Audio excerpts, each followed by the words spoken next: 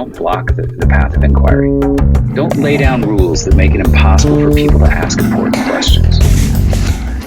Welcome to the Thought Stretchers podcast, where we hope to stretch your thinking about important issues in education through rich inquiry. My name is Drew Perkins, and I'm your host for these conversations for complexity and nuance. In this episode, I spoke with renowned developmental psychologist Howard Gardner, who has two new books that we used as the center for our discussion and his long and storied career. Those books are The Essential Howard Gardner on Mind and The Essential Howard Gardner on Education. We focused on education a bit more than on the mind, and of course there is significant overlap. I asked him to describe the arc of his career, and we talked about understanding versus knowledge and brought in some critiques of cognitive science and the learning process, and of course did touch on and talk significantly about multiple intelligences, of which he is certainly the most well-known for, and his critique and actual essay noting that multiple intelligences are not the same thing as learning styles, and that is something that is sort of a myth and will not die, but making that mistake that learning styles are the same thing as multiple intelligences and that we should be designing and delivering instruction that meets all of the sort of multiple intelligences, as it were, of students is not something that he would recommend. In fact, he would recommend quite the opposite. If you'd like to learn more about how Howard thinks about the interplay between multiple intelligences and learning styles, be on the lookout for a blog piece on our site that Howard has so graciously allowed us to republish from one of his essays that is included in the book. The title of that is Multiple Intelligences Are Not Learning Styles. We talked about quite a few other things, and I certainly think it's worth picking up these two books, and we'll put those links in the show notes. As always, I encourage you to visit our website, which is wegroteachers.com, where you can find all of our professional development, some of which I referred to in this podcast. I will remind you that we have early bird registration open for our PBL Grow 25 event, which will hold in our hometown of Louisville, Kentucky in June. And we have some events that have been going on and will be going on in our Thought Stretchers education community. You can find that at thoughtstretchers.org. As always, feel free to reach out to me at drew@thoughtstretchers.org if you have any comments, questions, concerns, or ideas. And with that said, here is my conversation with Howard Gardner. I am here with Howard Gardner. We're going to talk about two new books that are published from Teachers College Press. One is called The Essential Howard Gardner on Education, and the other, The Essential Howard Gardner on Mind. And there's significant overlap. We'll probably focus more on the education pieces, but certainly there's plenty of overlap. I was trying to remember when you were last on the podcast, you were on with Wendy Fishman, I think is her name, and you had an interesting book about the sort of state of college, and that was definitely an interesting book. We'll put that in the show notes and a link to that. Folks can listen to that podcast, and I actually pulled some things from there and the way that you think about the skills and the way that we should think about preparing students for the modern world. But be that as it may, I want to give you an opportunity to say hello. Lots of folks will certainly have known you. You had a distinguished career, but brief introduction. And these books seem to be a bit of a retrospective look at your career. So maybe in that introduction, can you maybe describe what you would say is the arc of your career and what that has looked like over a few decades at least? all in 2 minutes. But anyway, thanks, Drew, for inviting me and for this introduction. Yeah, I've been a scholar for almost all of my life and have been fortunate to be able to both teach and conduct research. And over the course of decades, I've written over 30 books and many, many articles, and nowadays many, many blogs.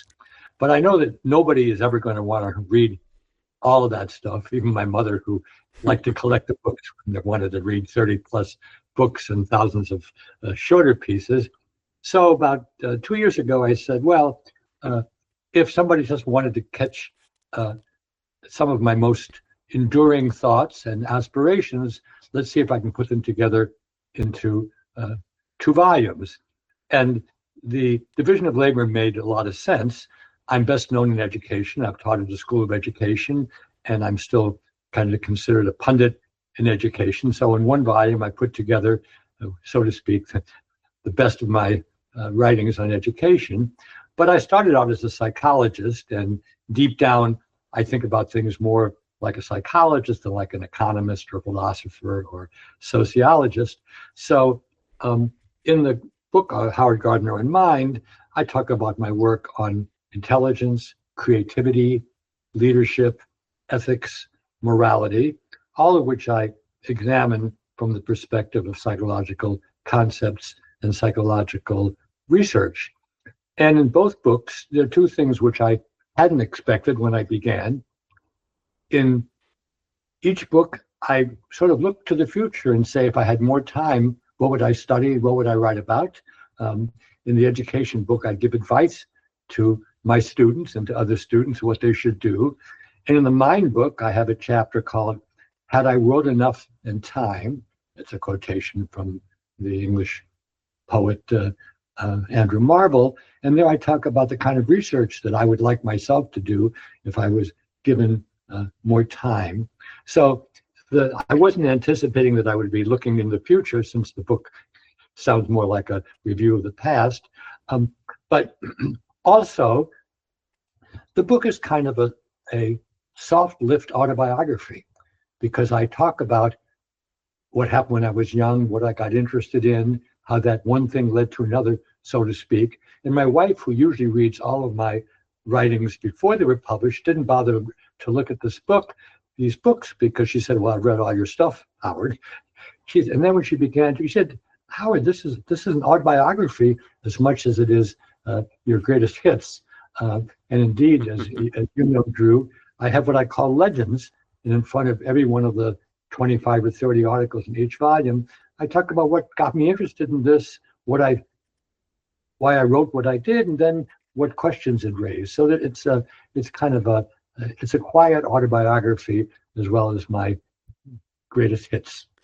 Yeah, I think that's an accurate description of both of them, and lots of pieces that we certainly won't talk about in this short podcast, or long as some may feel. But we're in our professional development work, we use some of the work that you have certainly been associated with, and love the work of Ron Richhart and Project Zero.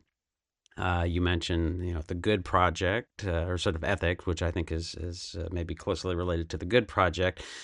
Thinking about the education pieces, I'm trying to think about, sort of unpacking your influences, Dewey being one of them, but is it Bruner, I think, that you mentioned, that is, and most people certainly will be familiar with John Dewey, some beloved and using quotes, much in the way that people would use quotes from Martin Luther King Jr., that kind of thing, perhaps with the wrong intention or wrong meanings implied.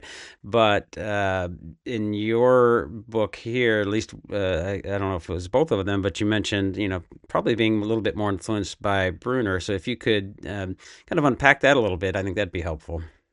Sure. It's kind of a perfect storm, because I first met Jerry Bruner in 1965, just after I graduated from college. And it was a life-changing experience in every possible way. I hadn't known him before. I was actually going to pursue a career in clinical psychology, but he was trying to create a big fingerprint on American education, much more practically than Dewey. Dewey was basically a thinker. Bruner created a curriculum, and I was one of the people who helped him do it. Now, looking at this 60 years later, the name is not one you would choose today. It was called Man, A Course of Study. But man was not used in an exclusive way. It meant human beings. Nowadays we'd say Homo sapiens, a course of study. And this curriculum was a social studies curriculum for 4th, 5th, and 6th grade. And I joined a team of 20 or 30 people who were both creating the curriculum and, importantly, studying its impact on students in fifth grade at the Underwood School in Newton, Massachusetts. And the Manicorsa study posed and sought to answer three questions. What makes human beings human? How did we get that way? And importantly, how can we be made more so?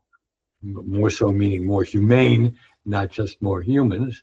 Now, as you may, Drew, but the listeners aren't going to know, we're now focusing on, in our own work, on the end of the Anthropocene, which is the end of the era of millions of years where human beings, Homo sapiens, dominated the planet.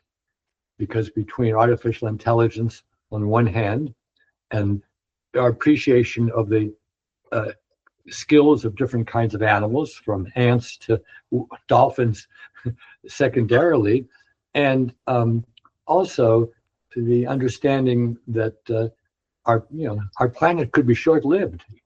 We might blow ourselves up with weapons. We might burn ourselves out with climate change. We have a perspective on what man and human nature and Anthropocene era has, which we would not have had even 60 years ago. The world has changed that much.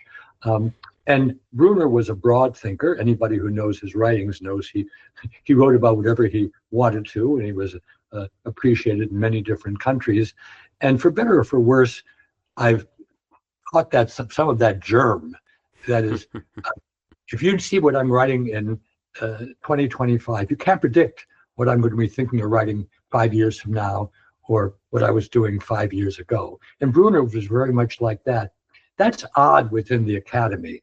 In the academy, in scholarship, usually people pick one thing, like the study of metaphor, or the study of the retina, or the study of a certain chemical compound, and they work for years and years, and the next thing they work on is related.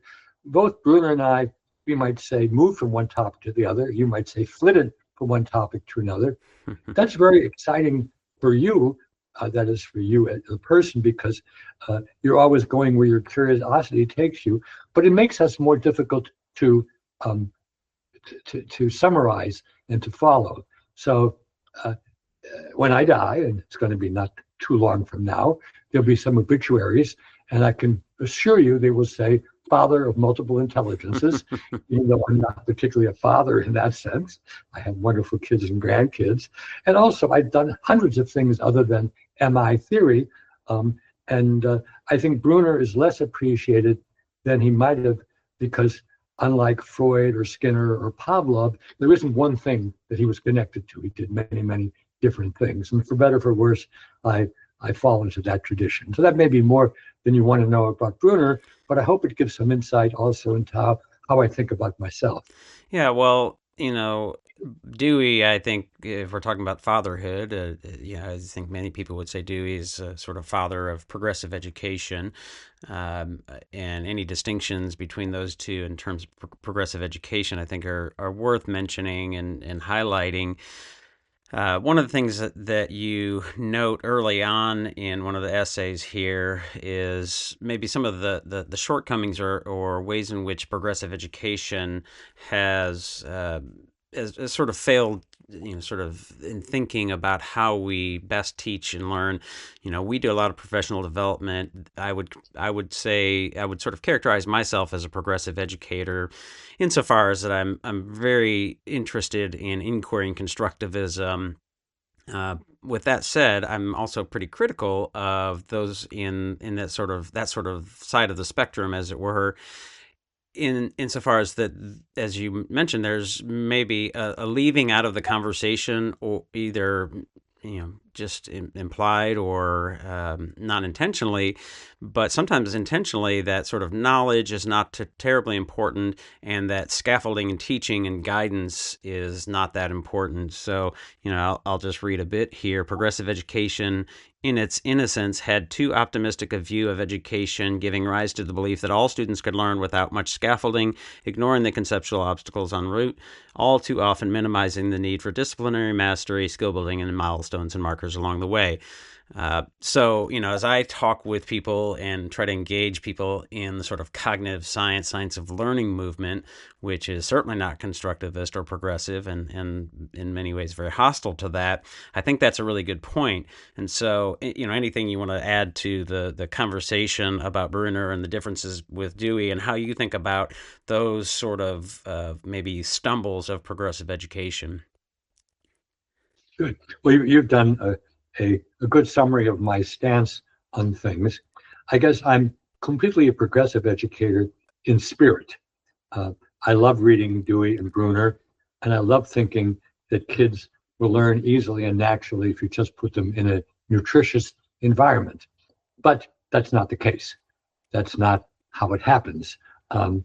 If you come from a certain kind of household and you live in a certain kind of community and you have a certain kind of brain, then you may well thrive even if you're in a quite permissive, exploratory environment.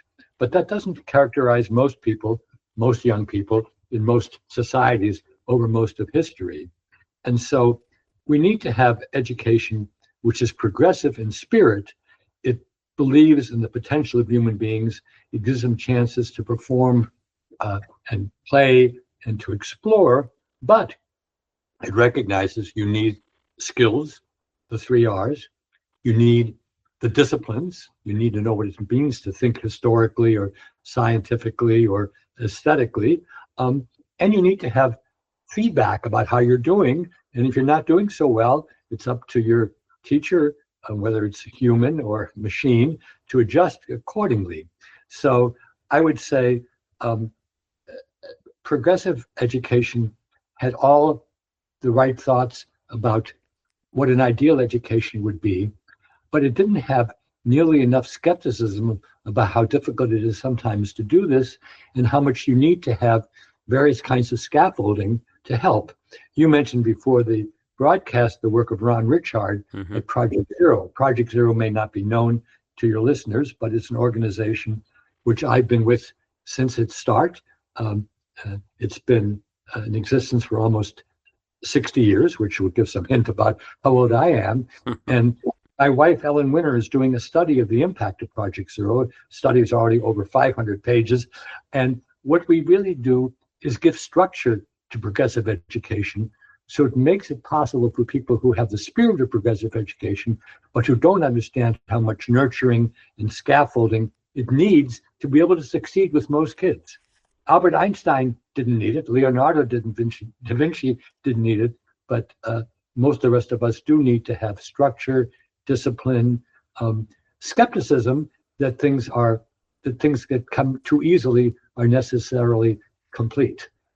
So I guess I would say I'm a disciplined progressive educator. I've never used those words together, but it's a good characterization of how I think. And what Project Zero does, it tries to smooth the road to to achieving not just the dream of progressive education, but the reality. And if I put in a plug for Ellen Winter, you should have her on your program once to talk about the impact of Project Zero. Yep. And it'll be a first because nobody has read the manuscript except her long-suffering and loving husband. Well, apparently I have an inside track on maybe getting that scheduled. So Project Zero, and again, we use that work or a lot of their work in our workshops and professional development with teachers, and think it's really, really helpful. We love like the Making Meaning routine, if you're familiar exactly with that one. But I think it's a good bridge and segue to one of the things that I wanted to ask you to unpack a little bit here, which is sort of the idea of understanding through disciplines. And, there's a difference between knowledge and understanding. I recently had an educator overseas, Christian Moore Anderson, on the podcast, and he was talking about the difference between knowledge and understanding. And, that cognitive science or science of learning folks will, I think, linger in the sort of idea that if you get kids to repeat knowledge or facts or things, that is significant. And I certainly think it is, but it's not the same thing as understanding. And sort of meaning making is more in the realm of understanding. So if you could kind of talk a little bit about that idea of understanding through the disciplines, and to me, there's domains, there's skills. You've mentioned skills, and cognitive science will say, skills are not transferable across domains. I certainly think the evidence shows that, but there's also some nuance to that. So, yeah, all of that to say, to ask you to sort of unpack the understanding through disciplines. Right. That's a very large and I'd say warmly capacious territory. Probably the major insight came from work which we did with David Perkins, who's been with Project Zero as long as I have. We were both founding members. And that was to realize that understanding is not something that occurs inside your head. Understanding is a performance. And the performance does not consist of repeating what it is that you've already been told, because a rabbit can do that. And certainly in the AI age, we don't need to teach ourselves how to repeat. It's rather taking something that you've been exposed to, that you think you are knowledgeable about, and then applying it to something new, something that basically we didn't tell you how to think about it. You have to think about it yourself. So let's take, we're talking now at the beginning of 2025, and we have a new president, Donald Trump, and he's proposed some quite dramatic changes in how the government is run. Now, if we ask people about this, and they simply repeated what I just said, you wouldn't know if they understood it or not. But if we were to say, well, let's compare what Donald Trump is doing to what it is that Andrew Jackson did 200 years ago, almost 200 years ago. Or, you've studied the Constitution. How do we apply our knowledge of the Constitution, the various bills and articles and so on, to what it is that Trump's doing and how it's likely to be viewed by the courts? You can't look these things up, or at least it wouldn't be easy to. And certainly, if you hadn't thought about it till I asked you that, Drew, you wouldn't be able to look it up, and you wouldn't have access to a large language instrument. But if you could give a reasonable answer, that's a performance of understanding. And you couldn't do it unless you have some knowledge of history, some knowledge of government, some knowledge of biographies of the individuals, Trump and Jackson, that I mentioned. So understanding is something that you perform, and as long as it's just spitting back what you've already read or been told, it might just mean you have a good memory. But if you can take what you understand about history, about the Constitution, about the presidency, about predecessors, and you can give a reasonably coherent account, that's a performance of understanding. And so you can see, again, it's the goals of progressive education, namely being able to use your mind in a lively way and to bring your skills to bear on new things. But you can't do it if you haven't actually studied these things, and I wouldn't say memorize them, at least know how to access them. Using examples which I just came up with, and I never thought of it before, it's easier to do now than it would have been even 5 years ago, because you could easily say president, Constitution, article, or president, predecessor, and so on, and you get some help. But frankly, Drew, you wouldn't understand the response that you got from ChatGPT if you didn't have some understanding of the topics. And since we've been plugging Project Zero, my one-sentence definition of Project Zero is that we develop ideas in education and we give them a push in the right direction. We don't run schools, we don't run museums, we don't run businesses, but all those entities come to us because they think some of ideas about understandings, about disciplines, about intelligences could be useful to them. And this is a niche which I feel is the right one for us. And I'd be happy to have other entities that try to do it themselves. But typically, you either have people who just do research, or people who just kind of read what's available and then try to translate it. But we try to smooth the transition from ideas, research, findings, concepts, to what you can do, whether you're working in preschool or in graduate school. So if you think about, kind of drilling down here on the sort of skills and disciplines kinds of things I mentioned, the idea that one can think like a scientist or a historian and understand those kinds of processes and questions and things that those disciplines, and some might even say domains, might use. Again, cognitive science will say that those are not transferable skills, that you don't, a scientist, somebody who understands those processes would not necessarily and does not necessarily have that same kind of ability in, let's say, a social science or a history or political science or something like that. And I think that's generally right. But and I'm curious how you think about that.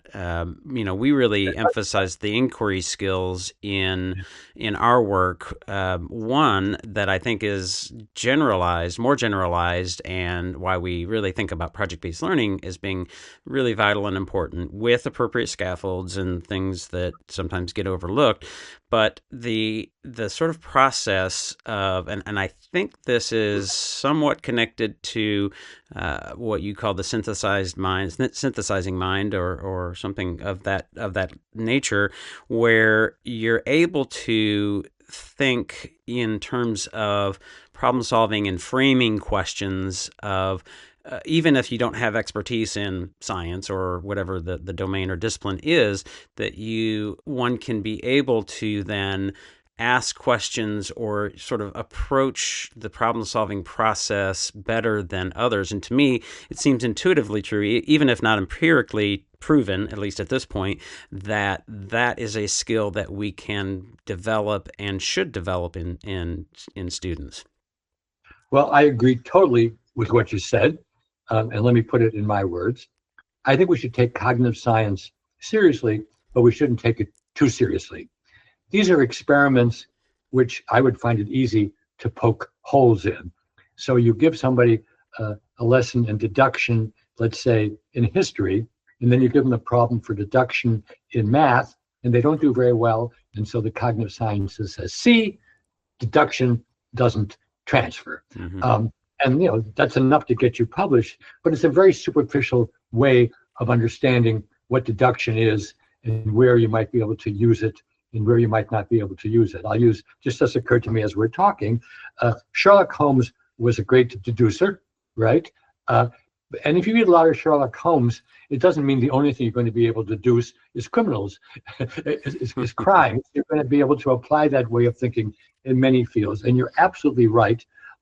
Any good teacher and any good learner will acquire certain skills, and if they can be at all reflective, at all meta about it, they're going to be able to use those skills even in areas where they haven't been as equally well trained.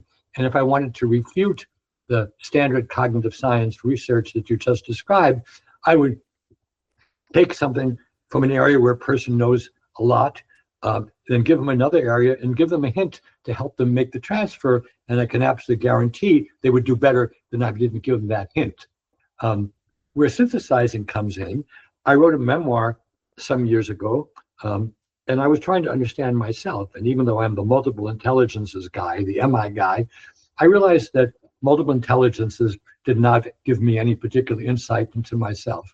I'm a fairly conventional scholar. I'm reasonably linguistic. I'm reasonably logical. I happen to be musical, but that's a bonus. My music plays no deep role in anything that I do as a scholar. But if someone said, well, Howard, you're the MI guy, what's distinctive about your mind? I'd say, well, basically, I have a synthesizing mind. I like to learn about different things. I mentioned that before in referring to my teacher, Jerome Bruner.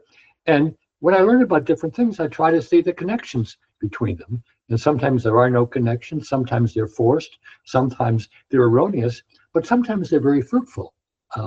And if I look at my own work on creativity, leadership, intelligence, ethics, I think it stands out if it does, because I'm constantly reading and thinking about different examples and trying to put them together in ways that other people haven't done it before. Now, one reason I've focused on synthesizing is because in psychology, which is my field, we don't know much about synthesizing, and I can tell you why. I can't take you, Drew, into the lab for 15 minutes and see what kind of a synthesizer you are. almost by definition, you have to be absorbed in different bodies of knowledge, and then you have to have time to think about how they're connected. I go on to write that you then have to try the synthesis out on yourself, see if it works, then show it to other people, because it doesn't help if it just works for you. You want it to be able to be educable and be able to be transferable. And if that synthesis, whether it's about leadership or creativity or ethics, if that works for other people, I think it's a contribution. And as you may know from my writings, I distinguish between the disciplined mind, the synthesizing mind, and the creating mind. Because the discipline is standardly what we do in schools. We want people to be good historians, good biologists, good art critics, good psychologists, and so on. Creativity is what we value in the marketplace. The songwriters, the artists, the dancers, the computer programmers who do something that's very creative are the ones who we honor. And I'm somewhat kind of in the middle. I'm not the best person in a particular discipline. I don't think I'm high on the creativity gene, but if my work is helpful, it's because I take a lot of stuff and try to put it together. And the good news is now, if you want to know how I put it together, there are 2 volumes, one on education, one on the mind, and that will save you a lot of surfing on Google. So you mentioned creativity, and that's one of the things I wanted to ask you about. And again, cognitive science is really strong in their sort of push that creativity is not something that one can display or demonstrate or have without significant knowledge. And I think largely directionally that makes sense to me, although I do think that there's, I suppose, depending on how we might define creativity, which obviously is important in this discussion, that one might be able to be creative as sort of a process. And it struck me just the other day, I was thinking, if somebody thinks about, and people are obviously doing this and have been doing this for quite some time, but, with technology and AI and all the tools, like the ways in which people are creatively putting those tools together and the use of those tools and asking it to do certain things that perhaps others hadn't even begun to think about, sometimes almost as a sort of experimentation. But, if one is experimenting, there's a nearly infinite number of things they could experiment about or with or ask AI to do. Somebody who is really, creative about thinking about how you might put those pieces together strikes me as somebody who is being creative without a whole lot of knowledge, but I'm a little bit unsure about that intuition. So I'm curious about how you think about creativity and knowledge. Okay, well, you're right. The standard view is you need 10 years of mastery before you can be creative. And one thing we would have said even 30 years ago is that Steve Jobs and Bill Gates were creative by the time they were 20, but that's because they were fooling around with computers by the time since they were 5 years old. So if you start early, you can do new things when you're still a teenager. And it's actually, Drew, it's become even shortened more now because of how much information there's available in AI and the internet. The president of Stanford was removed from office because a teenager, a freshman at Stanford, was able to take a look at all of the photographs of the research she had done online and see where they had been doctored. And that would have been unthinkable when you and I were growing up, but it's all in front of you. So that you still need years, but you don't need 10 years anymore because there's so much more. I mean, when I used to need to look something up, I would have to go to the library and look for the book and take it out and read it. Now I just type a few commands in, and if it's a good question, then I give it to Claude or ChatGPT. They make it. So the 10 years is probably it's a 19th and 20th century phenomenon. It's not a 21st century one. I think that what you're hinting at, though, is somewhat different, and that is there are people who are playful, who don't mind making a fool of themselves, sticking their neck out, trying stuff out, and that's a personality feature. And while it doesn't guarantee that anybody else is going to value what you've done, as you may know from my writings, creativity is always an interaction between what X does and what the rest of the world thinks of it. So I might think I'm the most creative person in the world, but if nobody else agrees, too bad for me. And people who are shooting for the stars and who don't mind being shot down are much more likely to make an innovative move that lasts than somebody who's very timid and is just always playing by the book. That's why I distinguish between disciplined, which is kind of perfectly okay, but you're never getting the Nobel Prize, synthesizing, which is what people like me do, and then creators who get the Nobel Prize and the Pulitzer Prize, who really stick their neck out. With Emily Weinstein, and that article is in one of the books. We talk about 4 kinds of creativity. My colleague Csikszentmihalyi, who died, Mihai Csikszentmihalyi, used to talk about big C creativity, and those are the Einsteins and the Darwins and the Beethovens and the Virginia Woolfs. And someone said, well, Mike, are you big C? He said, well, no, I'm middle C creativity. He's not big C, I'm middle C.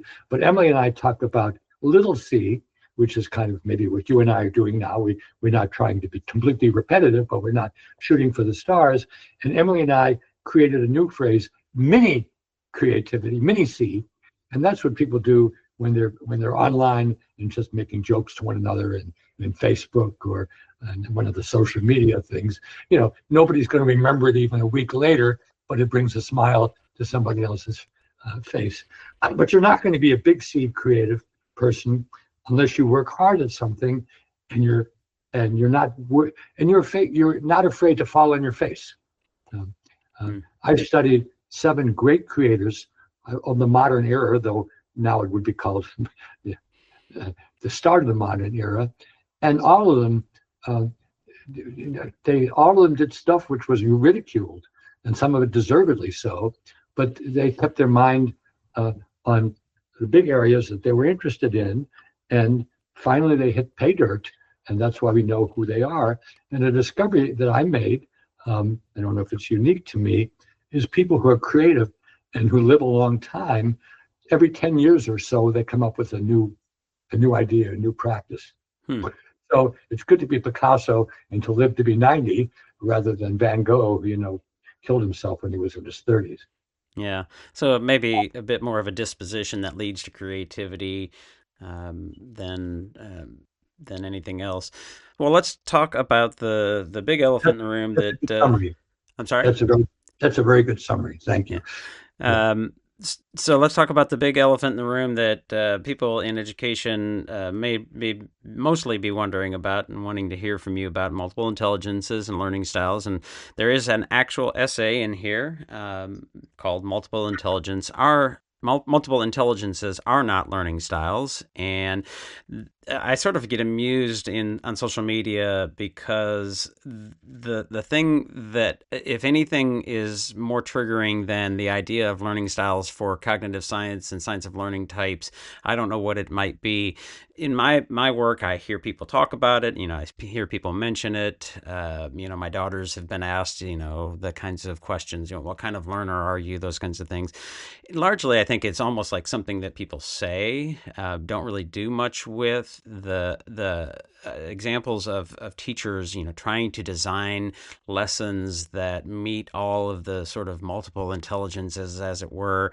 I don't even remember it happening. It's sort of lip service. But that being said, it is sort of a myth that will not die.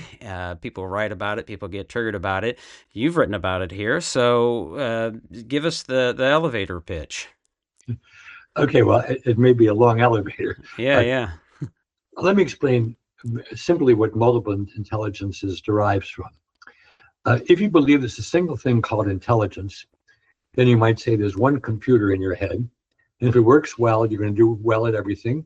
If it works average, IQ 100, you'll be average at everything. And if it's slow and sloppy and kind of undernourished, you'll be dumb in everything. And multiple intelligences theory grew out of a 5-year study and out of a 400-page book with hundreds of articles, which made a different claim. They claim that we don't simply have a single computer in our mind brain. We have several. Initially, I thought it was 7. Now I think it might be 8 or 9. And each computer computes a different kind of information in its own way. And in a sense, everybody knows this, because everybody knows if you do well at school, it doesn't mean that you're going to be doing well when you're trying to understand other people or yourself or trying to deal with music, unless you go to music school. But we call those talents. And what offended many people and excited other people was Gardner didn't say there's IQ and talents. He said that some people are talented with words, some people are talented with number and logic, some people are talented with music, etc. And once you look historically and prehistorically, and once you look around the world, this is obviously correct. I mean, it's a no-brainer to say that we have valued over history and over the terrain very different kinds of abilities and skills. If you're looking at what it took to be successful in a French or an American school around 1900, the IQ test is a pretty good predictor. But the more you go to different parts of the world, different areas of history, and different technologies, the more that falls apart. So really the only people who really believe in IQ anymore are psychometricians, people who make their livelihood by creating IQ tests and things like that. And you're speaking of general IQ. Yeah. I mean, if Dan Goleman wants to talk about EQ and emotional intelligence, fine, and he's got his ways of measuring it. Okay, so learning styles is it's a lay term, which is not meant critically, to say that people learn in different ways, and I would be completely in agreement with that. But it evolves into auditory learning style or visual learning style or relaxing learning style or kinetic learning styles. And I don't mind if people use those just in teachers' lounge talk, but let's just take visual learning styles. People often talk about kids who are having trouble learning to read as having a visual learning style, by which they mean the kids like to look at pictures. But reading is visual, it's a visual capacity as well. So when you say somebody has a visual style, you're basically speaking in contradictions. So I'm trying to understand the information that computers really do. I don't want to use lay terms. And as long as people don't conflate learning styles with multiple intelligences, I don't care. They can dance everything they want. But when people, particularly people critical of multiple intelligences, which is serious intellectual synthesis, confuse it with auditory learning styles and visual learning styles, it gets me very angry. Well, so one of the things that you mentioned there, and I'm certain that, again, sort of cognitive science and science of learning folks will sort of be repelled by, and I'm curious, I question it myself. I'm curious how you think about this, and you talk about people learning in different ways. Not all people learn in the same ways, and it seems clear that there are some processes by which we, have memory and store and retrieve and those kinds of things. I think that's what they're talking about when they say basically learning is learning. But what do you mean when you say, not all people learn in the same way? I mean, this is a big question, and I've never answered it in a book, but, we learn by what interests us, by what's valued by people around us, by the way that those people approach things, by what's bothering us. We have all kinds of personal motivations, and that has nothing to do with multiple intelligences or with learning styles. But if you ask me, how do you use multiple intelligences to explain how people learn? The example I use is if I'm in a geometry class and the teacher teaches one way, and I say, I don't understand this, can you explain it to me in another way? And the teacher says, no, you've got to learn it that way. The teacher is the person who has the problem, not the student. It's the teacher's challenge to say, all right, I want to explain, the Pythagorean theorem or what an isosceles triangle is. And if one way doesn't work, the teacher needs to figure out another way. And often that will make use of different intelligences or combinations of intelligences. And I don't care whether the teacher uses MI language, that's irrelevant to me. I do care if the teacher thinks that he or she can only present things one way. And when people say, what are the educational implications of multiple intelligences? I have two very simple answers: individuation and pluralization. Individuation means try to teach every child in the way that he or she can learn the best. And anybody who says I can only teach it in one way, they ought to be kicked out of the profession. With very good computer curricula and pedagogies now, of course, we can present anything. But as I said, the French Revolution or the music of Mozart or evolution in many, many different ways.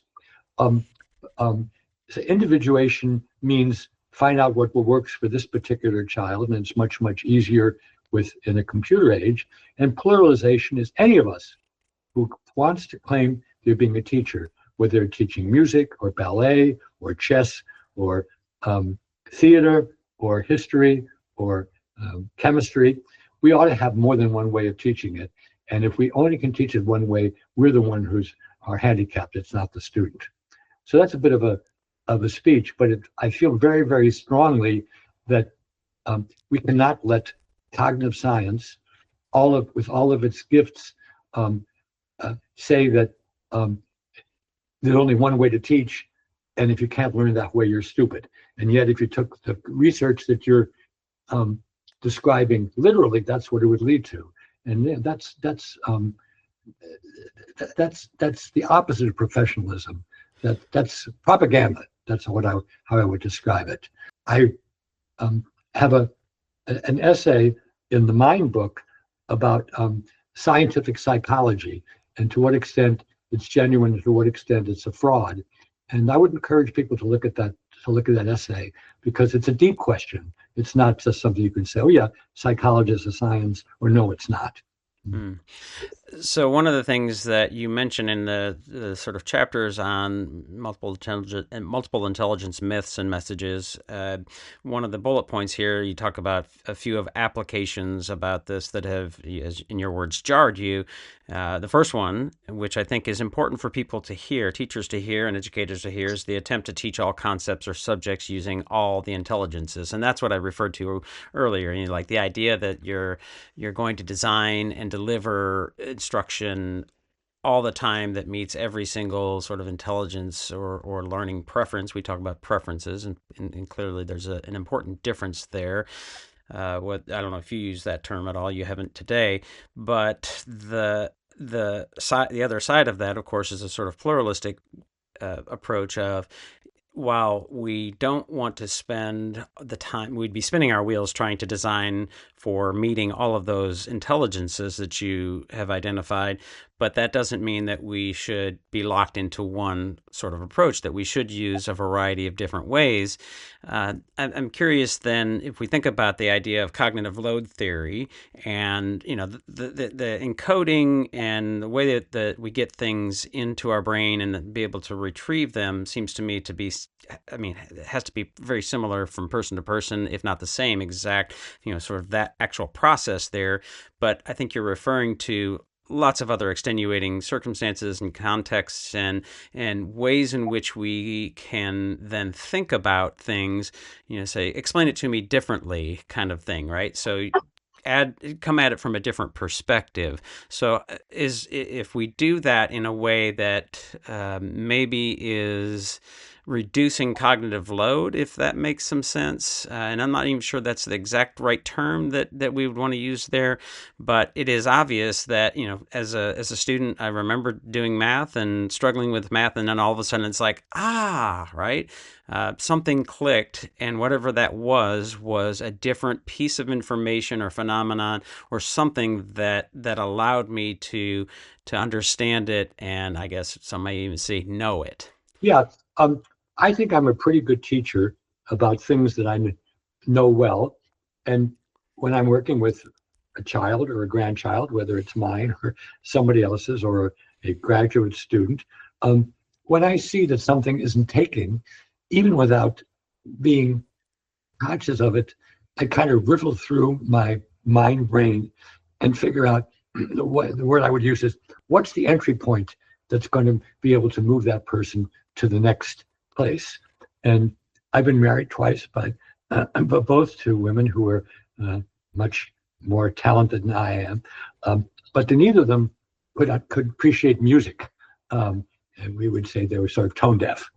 And so music, as I mentioned, is something very important to me.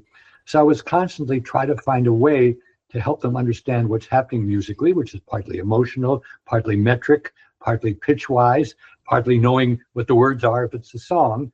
And to use my own phrase, I'm searching almost unconsciously about the entry point, which will make it somewhat easier for them to appreciate what it is about this that I like and I wish that they would like too. And so I think any teacher who's been doing it for a while and who isn't just repeating himself or herself, any teacher will have, kind of a playbook in their mind. I think about athletics. I mean, athletics is something that I would get zero in, but I think any coach who's working with a bunch of kids who are playing football or baseball or hockey and isn't forced to either just only play with the best students, but with everybody, she's constantly riffling through that playbook to try to figure out what's going to get the person to the next place. They don't need multiple intelligences theory, but multiple intelligences theory is helpful. If the child is stuck with something, should I have them dance it? Should I have them beat it out? Should I have them think about food that's like it? And you have this playbook long before you had multiple intelligences theory, and yet it kind of gives you what Mindy Kornhaber calls a coat rack, or where you can hang the idea, various hooks. And so this is what we mean by different pathways or different different passages to the kind of understanding we hope people have, whether it's about algebra or whether it's about Africa or whether it's about ballet. And I won't go all the way to Z. Well, perhaps part of the issue, just to sort of put a bow tie on this, or whatever you would put on this, is maybe the definition of learning. And a lot of cognitive science will say, learning is a change in long-term memory. And in that process, I think there is, at least a very similar, if not the same kind of processing that goes on in everybody's brain. But I would make the argument, I would guess you would too, that learning is certainly much more than that, that we want to think about it in a much more broad sense. And in that way, the idea of multiple intelligences and, the ways in which we learn and prefer to learn and entry points, and then what we do with it, and how we can retrieve it, and different connections, sort of different ways to get to that code rack. I have often, when I taught psychology, I would talk about it often in terms of like hallways with rooms that each room has file cabinets in it or something like that. And, there are different ways to get to each of those rooms. And there's not just one door, and the file cabinet may actually have different ways to get to each of those kinds of things. So I don't know if that's helpful. As a sort of adding onto this conversation, this part of the conversation here, one of the things I had not heard of this term you mention in the book and talk about several places, working styles, not learning styles, but working styles. And I'm wondering if you can talk a bit about what you mean by working styles. Well, I don't think of it as being significantly different from learning styles. As you talk to the question, it seems to me working styles is something that would be more useful when you're thinking about the occupational realm, and learning styles is more useful when you're thinking about the school realm. But I don't know that there's any technical differences. But let me go back to long-term memory, because let's say you and I both have long-term memories of our childhood. I would wager that they're totally different. And one reason why they're different is I have essentially no visual memory whatsoever of my childhood. Everything is either in words or in music. Uh, and so how could we compare that to somebody like my wife, Ellen, who is extremely visual, extremely artistic, and undoubtedly has many, many movies in her mind of what things are like. And we could say those are both long-term memories, but it's not the same kind of thing. And look, you know that I wrote a book about cognitive revolution in 1985, The Mind's New Science, and a big chapter on it is in cognitive science. And for many years, I belonged to and attended meetings of cognitive science. I think cognitive science is worth pursuing as far as it will go, but to think that it's the same as knowing how to be an effective education is not educator, is nonsense, because you're limited by the kind of stuff that you can do for 15 minutes in the laboratory.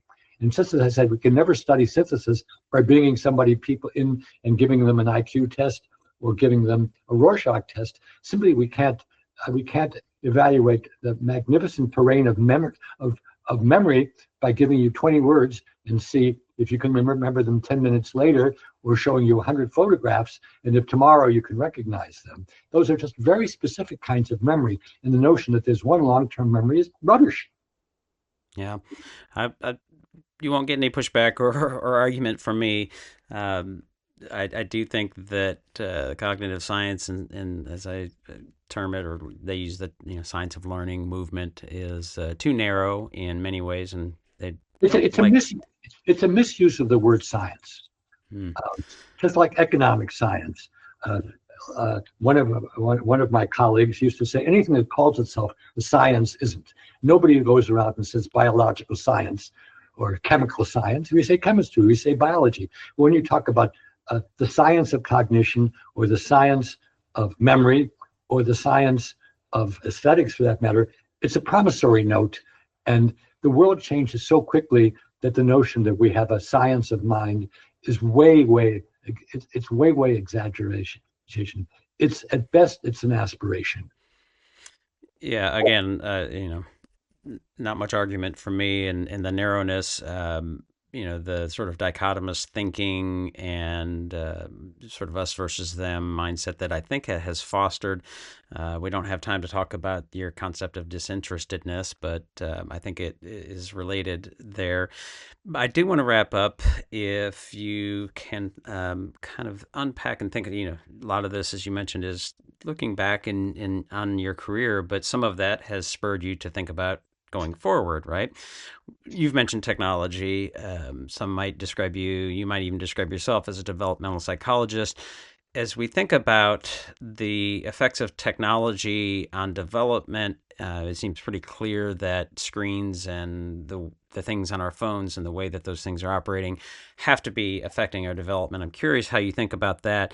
And also, I think they're related, but you may want to separate them a little bit as you talk about one of the essays here, the 5 minds for the future. You've talked about, I think, some of them, the disciplined mind, the synthesizing mind, obviously talked about a lot about that, the creating mind, the respectful mind, and the ethical mind. Where are we going? What do we need to be thinking about going forward as teachers, as educators, as, dare I say, cognitive scientists? Well, first of all, thank you for the very enjoyable and mind-stretching interview. I appreciate it. And I thank you especially for actually having looked at the books, because I've done a number of interviews with people that it's clear that the interviewer had not spent any time leading it through, and I appreciate that. I should say a few things. One, I don't intend to write any books anymore, but I'm an inveterate blogger. And if you just go to howardgardner.com, you'll see dozens of blogs on many topics. And also, if you want to know how to access the books, The Essential Howard Gardner in Mind and Education, you have links there. What we didn't talk about at all, and maybe I should close by saying this, is what do we use our minds for? What do we use our emotions for? What do we use our personalities for? And for over 30 years with colleagues and friends, we've been studying what it means to be a good worker and a good citizen. And probably most of us can think of what it means to be a bad worker or a bad citizen, and we don't want those. But we've probed pretty deeply into what it means to be good at things. And it's a combination of excellence, you have to know your stuff, engagement, you have to care, and ethics, you have to want to do the right thing, knowing that you're sometimes going to fail, but when you fail, to learn from it and to try to do it better next time. And we've studied this in professionals, we've studied it in high school and college students, and now, believe it or not, we're studying it in very young kids, preschool kids, how to develop a sense of I, we, they, because I is very egocentric, we is better. They can either be just descriptive or it can be alienating over those people, because we think that the world is not going to be saved by more cognitive science, even by Gardner's cognitive science, but by people who try to do the right thing. And when we fail, we try to learn from that and do it better next time. We call that good work and good citizenship. We've also written a long blog, and I will send you the link, Drew, if you don't have it, called Who Owns Intelligence? Because 25 years ago, I was content simply to say, well, we psychometricians don't own it. Those of us who have a broader view of intellect, they have a right to be called intelligence, to look at intelligence as well, as my colleagues and I do. But this article, we look at animal intelligence, which is much, much greater than anybody thought. Plant intelligence, which I never took seriously until I began to read about it. And artificial intelligence, which all of us had better take seriously, because if some AI mechanism says the way that we're going to save the world is by producing infinite numbers of paper clips, and there have been studies which have shown that sometimes it comes up with, we won't survive, but paper clips will survive. So if I had another life, I'd be thinking a lot about how do we educate good people in the world when we have both creatures and devices which are intelligent in different ways than we are, but on whose cooperation the survival of the planet and everything on it will depend. I talk about it as the end of the Anthropocene, the end of the era when human beings predominate, but the real question is what comes after the Anthropocene.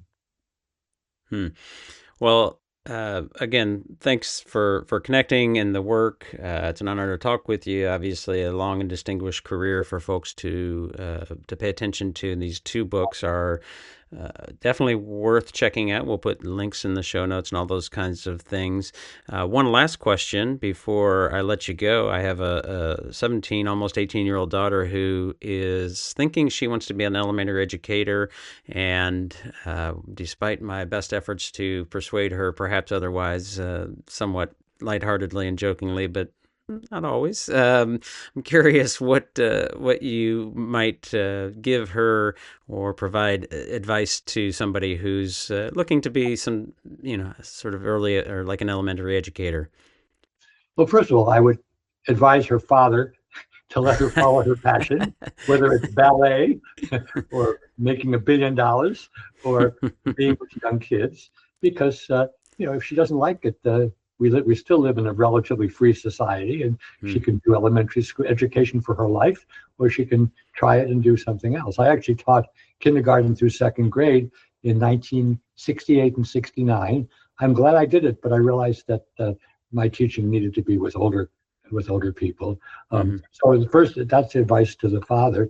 The advice to your daughter is try to find a good program to study and some good role models, which could be in your own history, but it could also be in school, either teachers there or at a school that you work at.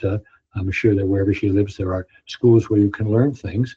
But I guess the big challenge is to try to understand what education is going to be like in the world of very smart machines and devices and programs. And I just read an interesting article by a German scholar who said, why should we teach geography anymore to people when we have all routes in our phone? And it's a good question. And my answer is, we don't have to teach geography and geometry, but we have to teach meta-geography and meta-geometry, which has nothing to do with Facebook. By that, what I mean is we have to teach people to understand how geography and geometry and maps work. Because they don't, they can be completely bewildered. But I know enough about maps that if somebody's playing a trick with me on my phone, I can say, this doesn't seem right. And so I think that's going to be the big challenge for all teachers, is not to stop teaching what we've been teaching before, but to teach it in a way that it's value added to what the machines are now doing better than we can do. Gotcha. Well, again, thank you so much for the time, for your work. As I said, it's an honor to talk with you. We'll put the links in the show notes, and folks should definitely check it out. Okay, good to see you again. What we need to do is spend enough time together that we can start to translate our ideas into each other's language and include one another in this community of inquiry. And that is the work of love.